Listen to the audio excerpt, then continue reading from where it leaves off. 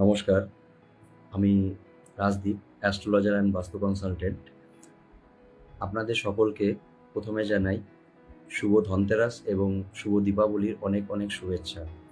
আজকে আপনাদের সামনে নিয়ে এসেছি ধনতেরাস উপলক্ষে এবং দীপাবলি উপলক্ষে একটি টোটকা। আজকে যে টোটকাটা দিব সেটা হলো মানি পটলি। এই দিনে আপনারা কিভাবে তৈরি করবেন, আর মানি পটলি তৈরি করার জন্য কি কি সামগ্রী আপনাদের দরকার পড়বে। আপনাদের প্রথমে যেটা দরকার পড়বে, একটি হলুদ কাপড়ের টুকরো দরকার পড়বে। একটি হলুদ কোনো কাপড়ের টুকরো নিবেন। তার মধ্যে এক মুঠো ধান নিবেন, অল্প অক্ষত বা অখণ্ড চাল যেটা থাকে সেটা নিবেন। 3টে হলুদের গাঁঠ নিবেন, 5টি গোমতী চক্র নিবেন, 5টি হলুদের কড়ি নিবেন, হলুদ কড়ি নিবেন, 5টি যেটা নিবেন কমল গাট্টার যে বীজ সেটা নিবেন, একটা জায়ফল, এক টুকরো রূপো, আর অল্প সোনার গুঁড়ো। কারণ সোনা অনেক এক্সপেন্সিভ হয়ে গেছে, তার জায়গায় সোনার গুঁড়োও ব্যবহার করতে পারেন। একটা গোটা সুপারি যেটা নিবেন, আর নিবেন হলো অল্প ধনিয়া নিবেন, যেটা গোটা ধনিয়া বলা হয়। সব থেকে একটা বড় নোট, যেটা 500 টাকার নোট হয়, সেটার মধ্যে দিবেন। এবং লাল গুঞ্জার বীজ যদি অ্যাভেলেবেল থাকে বা আপনারা পান, তো লাল গুঞ্জার বীজ, সেখানে 5টি লাল গুঞ্জার বীজ আপনারা দিতে পারেন। এবং পাইরাইটের টুকরো, পাইরাইট যদি পান সেটাও আপনারা ওটার মধ্যে দিতে পারেন। এবং দালচিনি 5টা স্টিক ওটার মধ্যে দিবেন, এবং এলাচ 5টা দিবেন, এবং লং 5টা দিবেন। এইগুলো সামগ্রী দিবেন। এবং যেটা দিবেন সেটা সবথেকে ইম্পর্টেন্ট যেটা, সেটা হলো মা লক্ষ্মীর বীজ মন্ত্র শ্রিং। ঠিক আছে? এটা আমি কমেন্ট বক্সের মধ্যে দিয়ে দিব। সেই শ্রিং লেখা কথাটি লাল কালি দিয়ে লিখবেন, শ্রিং শব্দটিকে। এবং সাথে কুবের যে যন্ত্র, সেটাকে হলুদ স্কেচ পেন দিয়ে সেটাকে একটি কাগজের মধ্যে লিখবেন, মানে আঁকাবেন। সেটাকে, এই দুটো জিনিসকেও ওই পটলির মধ্যে দিয়ে নেবেন।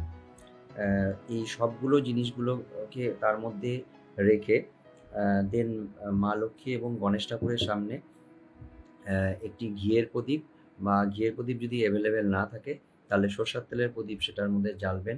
এবং মা লক্ষ্মীকে প্রার্থনা করবেন, কুবের দেবতাকে আপনারা প্রার্থনা করবেন যাতে আপনাদের জীবনে অর্থ সংকট যাতে দূর করে, এবং আপনাদের জীবনে প্রচুর অর্থের জন্য বর্ষা আপনার জীবনে করে। এটা বিশেষ করে আপনারা যারা চাকরিজীবী তারাও করতে পারেন, এবং যারা ব্যবসার সাথে জড়িত তারা তো অবশ্যই আপনারা এটা করবেন।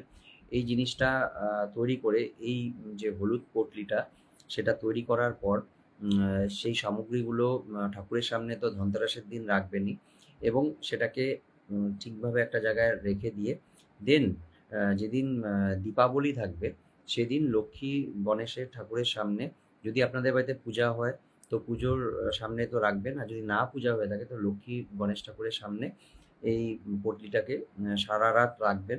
এবং একটি ঘিয়ের প্রদীপ বা একটি সর্ষের তেলের প্রদীপ, অখণ্ড জ্যোতি সারা রাত তার সামনে আপনারা জ্বালাবেন। এবং এটা পরের দিন, মানে দীপাবলির পরের দিন সেটিকে বেঁধে নিয়ে সেই সামগ্রীগুলোকে একসাথে ওই হলুদ কাপড়ের মধ্যে পটলি বানিয়ে সেটাকে আপনারা আপনাদের যারা ব্যবসা করেন তারা তাদের ক্যাশ বাক্সের মধ্যে রাখতে পারেন।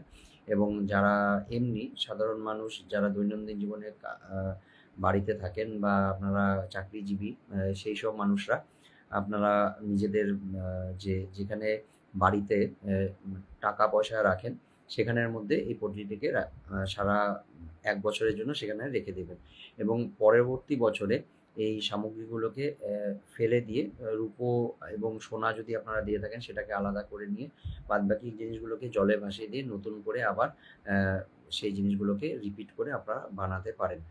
আশা করি যে এই পটলিটা, যেটা মানি পটলি এটা বললাম, সেটা যদি আপনারা বিভিন্ন আ সামগ্রী বাগেরা যেগুলো আপনারা সোশ্যাল মিডিয়াতে শুনছেন, সেগুলো তো অবশ্যই আপনারা করবেন। কিন্তু তার সাথে যদি এই মানি পটলিটাকে এক্সট্রা ভাবে আপনারা তৈরি করেন এবং তৈরি করে আপনারা আপনাদের জীবনে যদি এটাকে প্রয়োগে আনেন, আশা করা যায় যে এটা ব্যবহার করার পর থেকে আপনারা আপনাদের জীবনে যে মানি ফ্লো সেটাকে অনেকটাই ইনক্রিজ হতে দেখবেন এবং লাইফে অনেকটাই প্রসপারিটি এবং অ্যাবান্ডেন্স আপনাদের লাইফের মধ্যে কিন্তু অবশ্যই আসবে মা লক্ষ্মীর কৃপায়।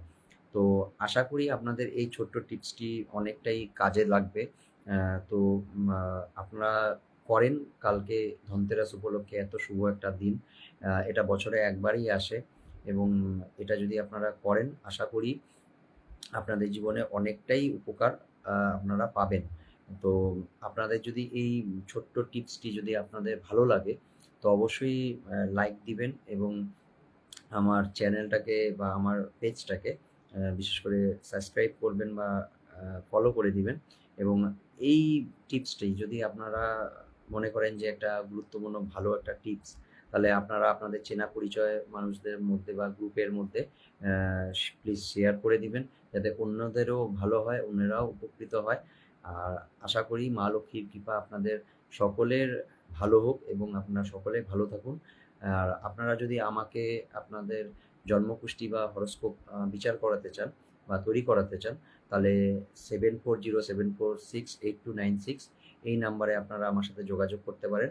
অ্যাস্ট্রোলজি এবং বাস্তু আপনারা যদি আপনাদের ফ্ল্যাট, বাড়ি, নতুন বাড়ি করছেন এবং বিভিন্ন দোকান বা কোনো কিছু করতে চান নতুন করে, তার বাস্তু আপনারা আমাকে দিয়ে যদি করাতে চান এবং বাস্তু ভিজিট করাতে চান, সেটাও এই নাম্বারেই যোগাযোগ করে আপনারা 7407468296 এই নাম্বারে আপনারা যোগাযোগ করে আমার সাথে যোগাযোগ বা কন্ট্যাক্ট করতে পারেন। আশা করি আপনাদের দিনটি ভালো যাক।